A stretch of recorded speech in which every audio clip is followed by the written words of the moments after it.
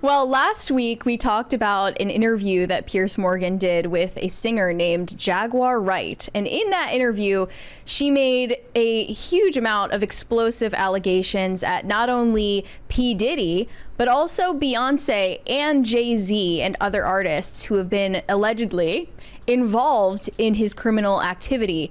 And we talked about a conspiracy theory that's been spreading like wildfire that has kind of turned into a meme, stating that Beyonce is actually a serial killer who is responsible for the deaths of Tupac, Aaliyah, Michael Jackson. She literally went back in time. She also did 9/11, allegedly. She sunk the Titanic, etc.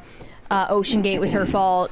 But anyway, after this interview with Jaguar Wright, we were kind of shocked at what she said.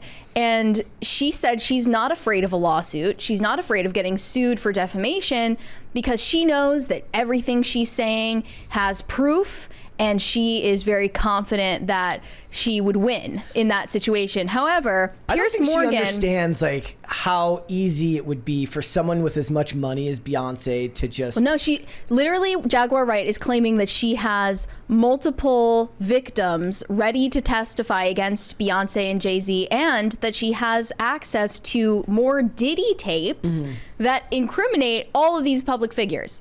But Piers Morgan during that interview was like, well, they're not here to push back on what you're saying. We don't know their side of the story. He was very clear that he wasn't just straight out believing everything she said.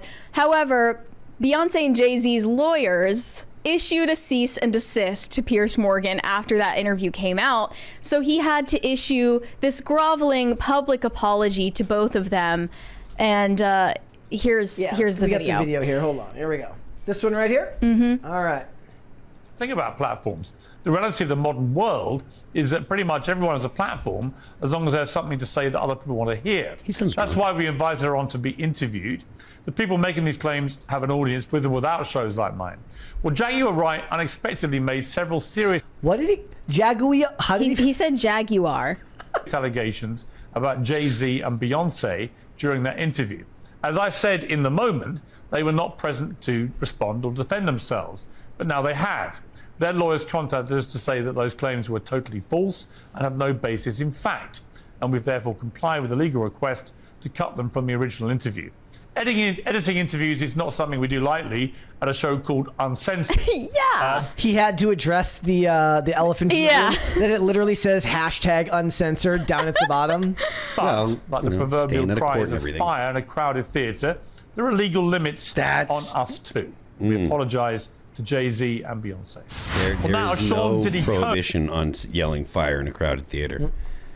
Yeah. So Piers Morgan Uncensored got very much censored by Beyonce and Jay-Z's legal team. My point was more that Jaguar Wright doesn't really understand that when you have as much money as Beyonce and Jay-Z do, the law doesn't, right and wrong doesn't really matter. They can use the law against them. Sure. Meaning that, so she's got 50 people ready to testify. They have the money to buy off 50 people if they so wanted to do so. Pay for their silence. Right, yeah. Like, it actually doesn't really play much of a role in it. Like, it's kind of that fanciful idea that right and wrong, good always triumphs, when we always know that that's not necessarily the truth. But what is strange and conspicuous about this is that Jaguar Wright was speaking out about Diddy long before he was ever part of the public conversation in 2022. She was talking about Diddy's criminality in 2022, before the Cassie lawsuit, before any of this came out, before the Rodney Jones allegations. So she's way ahead of the game in that regard. And I don't see that Diddy ever took legal action against her, because I'm sure himself and his own lawyers were aware that he had a lot of secrets to hide. And now Diddy's mother has made a public statement in regard to all of the allegations he's facing right now. Janice Small Combs released a statement to The Hollywood Reporter saying, "It's heartbreaking to see my son judged not for the truth, but for a narrative created out of lies. to bear witness to what seems to be like a public lynching of my son before he has had the opportunity to prove his innocence is a pain too unbearable to put into words. Like every human being, my son deserves to have his day in court, to finally share his side and to prove his innocence. I mean, it's actually not his job to prove his innocence. It's their job to prove his guilt. That's the interesting part here. Yeah, but that's... Yeah. But also, there's been a lot of conflation. I saw Colonel Kurtz was mentioning this. She goes, look, a bunch of adults doing a bunch of drugs with baby oil and having sex doesn't really interest me. Coercion and criminal, and crimes against underage people, that would be what she's worried about, right? It's not about what Diddy did with a bunch of adults who chose to be there. But Well, now it's all getting lumped together. He has several people accusing him of assaulting them when they were children. Yeah, so that's one the as young claims- as 9 years old, allegedly, when the crime took place. But there's also these claims that are being made by other people that are of age, and it's all getting lumped together when the focus should be on the crimes against minors and the acts of coercion, not just a bunch of... Because, a lot of celebrities are like, look, I was at those parties, and nothing happened. Well, you don't know that. They don't know that, but it all kind of blends together because it's too it's too enticing for the media companies to not run with these stories, even if it obfuscates the actual things that they should be focusing on. Yeah, right? and when we published our video about Justin Bieber's Yummy music video and the theories that were going around about was Justin Bieber trying to send us a secret message about Diddy back in I guess this was 2020. There were a lot of people sending messages about P. Diddy. Cat Williams did a bit on P. Diddy, Yeah, and when we published that video, we were kind of laughing about some of the memes, and people in the comments were like, how dare you make light of this situation when you know what Justin has gone through? And we're like, we don't know what Justin has gone through, or if he has gone through anything. We have People no were so- idea. Okay, so when we covered that topic, because I didn't look into you did all the research for that one on like what the music video meant, and I just went into it like, yeah, I don't know, and people got really mad because I was like, look, I don't know. There's nothing wrong with just admitting that you don't know. Yeah, like I was like, look, I don't know, and it's very, very easy to be persuaded into taking a really, really strong moral stance on something when the crimes are heinous. But the fact of the matter is, I don't know. And a lot of people don't know. There certainly was a lot of evidence in that music video that seemed too conspicuous to be just there by accident. Just one point about what you said. When people take a strong moral stance about something that's heinous, they're not taking a stance against the person. They're taking a stance against the actual action. They probably say something. They will act as if it's the person, but they're actually just talking about like the thing that happened, It's not about Diddy as an individual, but about the idea, which definitely deserves more merit, that child abuse and abuse in general is rampant in the entertainment industry as a whole. And that's a topic that deserves more investigation and more coverage and more public interest for sure.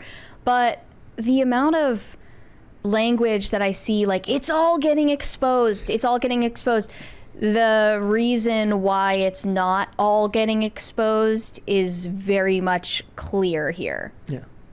It's too many voices at once. Yeah, well, exactly. And as we know, very likely Diddy ends up being the fall guy of much, much more, maybe not more famous, but much, much more powerful, evil people who will never see the inside of a courtroom. Still waiting on those Epstein. That's another reason to vote for Trump. Yep. Yeah. Still waiting on that. I was also thinking about it the other day, is like how easy it would be to start smearing people. Like if the government wanted to just put names on there, like. You could just destroy your political enemies because nobody cares whether it's true or not. All they care is like nothing matters anymore. And I don't mean this lightly. Like people just want to repost whatever agrees with their worldview, and they don't really, really care whether it's true or not. This came up yesterday when we were talking about dead internet theory, and Kellen made a really great point.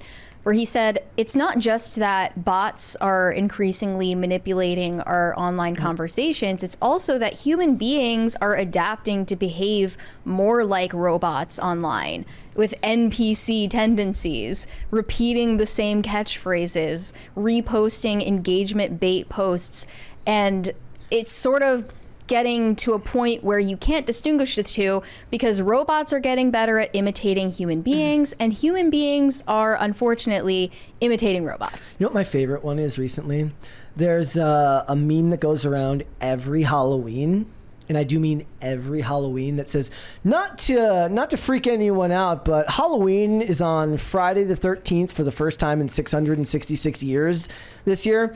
And all you have to do is like 2 seconds of thinking to know that that is not true. But it gets reposted every year by tons and tons of people.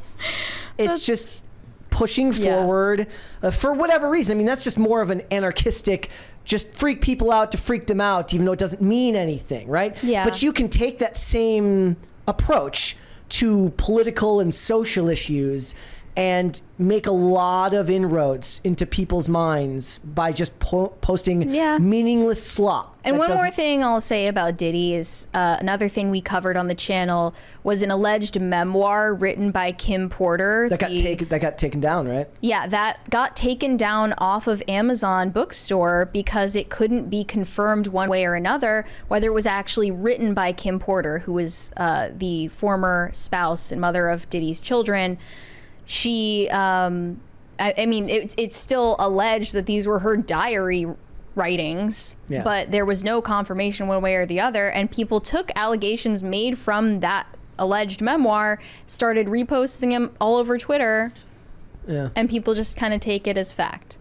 Thanks for watching. Listen to full episodes of Pop Culture Crisis on Spotify. Keep up with us on social media and make sure you subscribe and ring that bell so you never miss the show. Bye, guys.